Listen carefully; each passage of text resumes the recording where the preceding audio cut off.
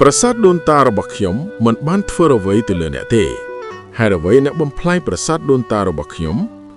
នាមខ្ញុំជាយុវជនខ្មែរឈឺចាប់ខ្លាំងណាស់ដោយទង្វើអាក្រក់គ្មានសាសនារបស់ពួកយោធាទាហានថៃ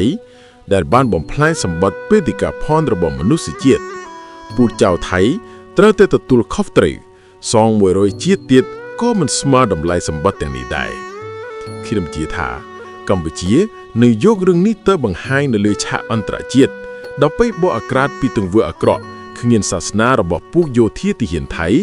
ដែលបានឈ្លានពានទឹកដីខ្មែរ